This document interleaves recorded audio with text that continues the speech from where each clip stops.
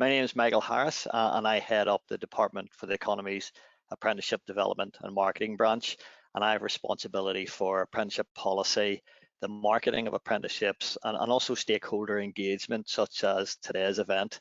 I just want to briefly provide you today with some information on the Department's Apprenticeships NI and higher level apprenticeship schemes, also our work to support apprenticeships during COVID, and where you can find out more after today. So there are two departmentally funded apprenticeship programs. We've got our Apprenticeships NI and our higher level apprenticeship schemes. So the Apprenticeships NI program broadly supports apprenticeships at level 2, so that's equivalent to GCSE, and also level 3, which is approximate to A level.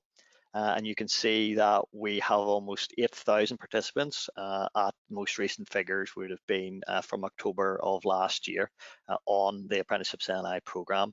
And it's important to remember at the outset that apprenticeships are demand-led, so you have to be employed to start an apprenticeship. So somebody who wants to go down this route has to find an employer first who will take them on.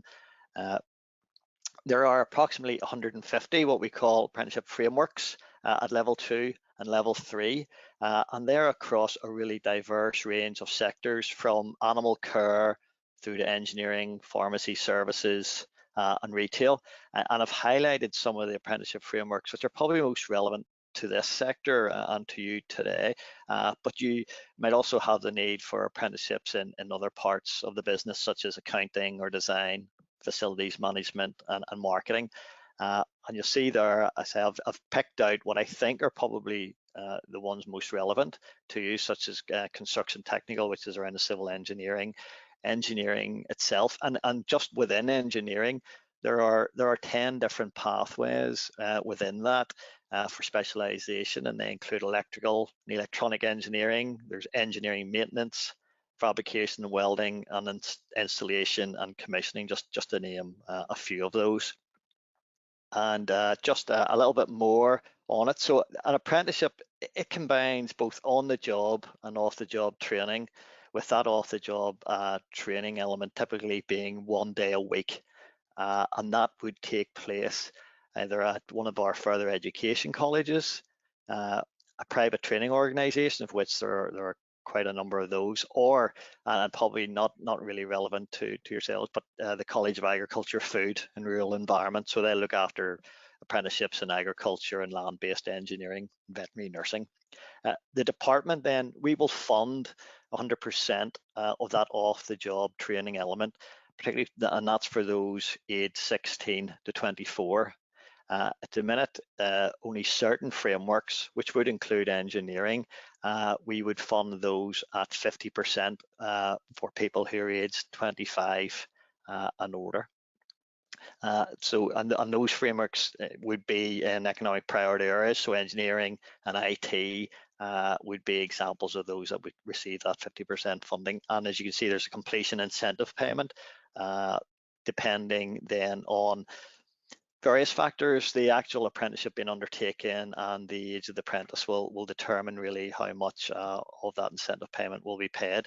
An apprentice must be contracted to work 21 hours a week, and that 21 hours will include the off-the-job training element. And they have to be paid at least the national minimum wage, and there is a minimum wage for apprentices in their first year, which is £4.30. Of course, an apprentice can be somebody new who you've brought into your company, or equally it could be somebody who's already an employee and is looking to upskill. An apprenticeship then might be the right route for them. And typically an apprenticeship will take 2 years. Some could be quicker depending on previous experience, while others can take longer. For example, electrotechnical is a 4-year apprenticeship. Just move on then to our higher level apprenticeship program. So higher level apprenticeships are from level 4 up, which is approximate to foundation degree level, up to really level 8, which is PhD. So levels 4 and 5 are delivered by the FE colleges and CAFRE, and level 6 and above then are delivered by the universities, and you can see that the number of participants in HLAs would be lower than that for the apprenticeships NI programme. Fewer occupational areas for HLAs, but they would cover, I think we've over 20 occupational areas, and they would include ICT, professional services, engineering, life sciences, accountancy, and healthcare. The department funds those in the same way, so we will fund the off-the-job training element for the apprentice. But unlike the apprenticeship NI programme, there are no age restrictions, so HLAs are available to everybody at all ages, as long as they meet the eligibility requirements for the particular apprenticeship.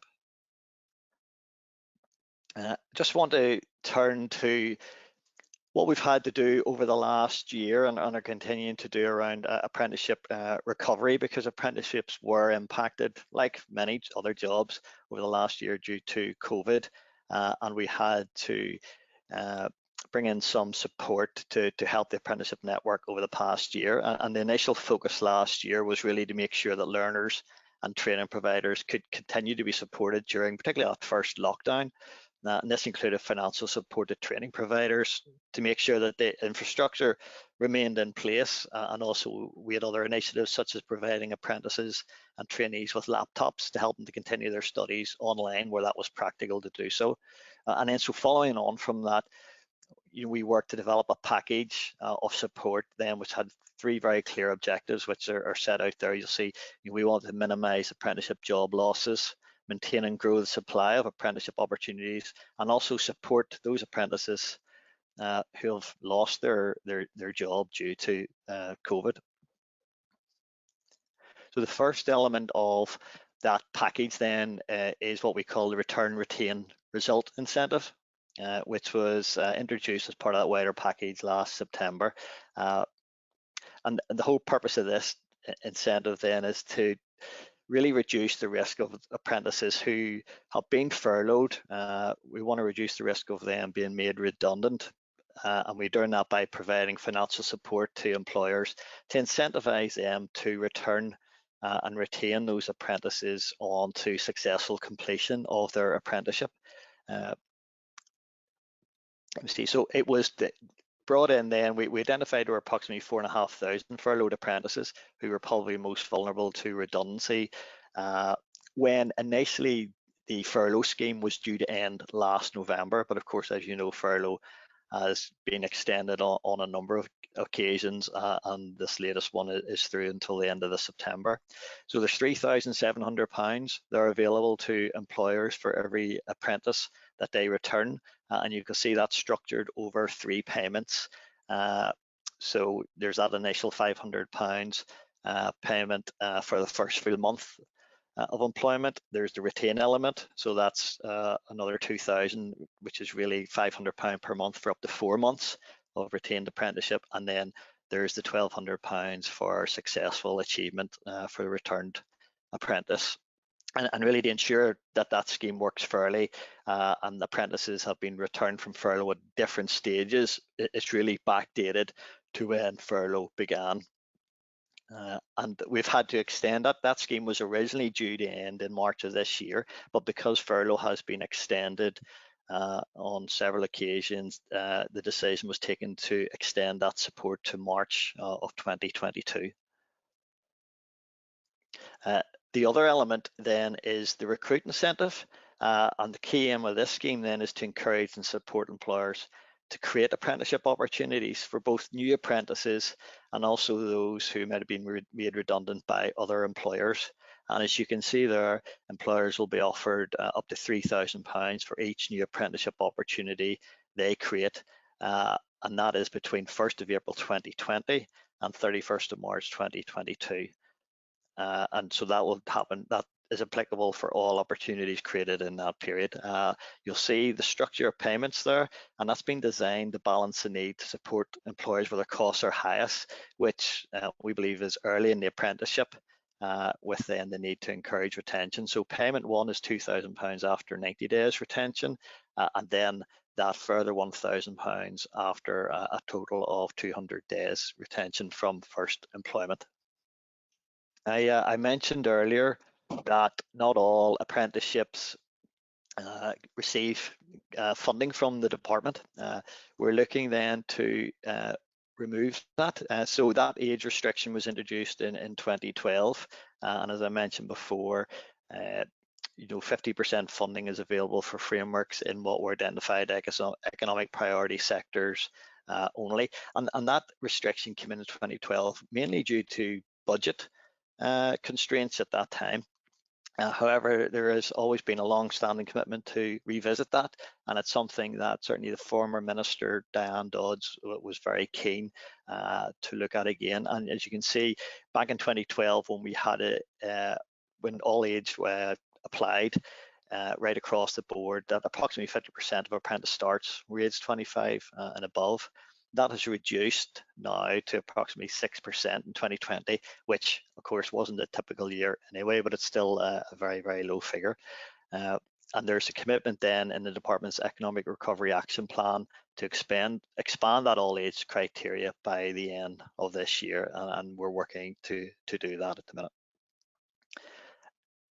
Finally, just want to cover where you can find out more about apprenticeships if you're certainly if you have queries after this. There are two areas that you can look online, and one is NI Direct, and NI Direct really is focused on, I suppose, the prospective apprentice themselves and maybe their parents or teachers. There's also information there for employers, so lots of information you can find out. That I mentioned 150 different frameworks earlier. They're all listed on NI Direct.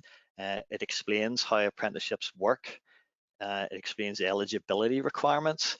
You can also search for training providers, so certain training providers focus on specific apprenticeships. So you can select an apprenticeship framework and identify who will be the training provider options for that. It also explains how a prospective apprentice can find an employer, and it will link to lots of statistics on apprenticeships, including gender, age, number of starts, that sort of information. The other place that you can go, and this is probably more relevant for you as employers, is NI Business Info. So there are lots of information there for you, setting out the benefits of an apprenticeship to an employer, how you can find an apprenticeship or an apprentice. The qualifications are explained. There's also, we've been keeping COVID guidance updated on that. It sets out the funding that's available to you. That funding, in terms of how we fund the actual off-the-job element, the department funds a training provider, so that's not a payment that goes directly to the employer, but it'll go directly to the training provider. So there's more information in NI Business Info for you to look at. All of the forms also around the retain result and recruit incentives are all available on NI Business Info, together with lots of Q&A on eligibility for those. And just very finally, I know we do have a Q&A session today, but if there are any questions following up after today, there are my contact details on screen. Hopefully they will also be shared with you afterwards, and please don't hesitate to give me a call. Okay, so thank you very much for listening to me today.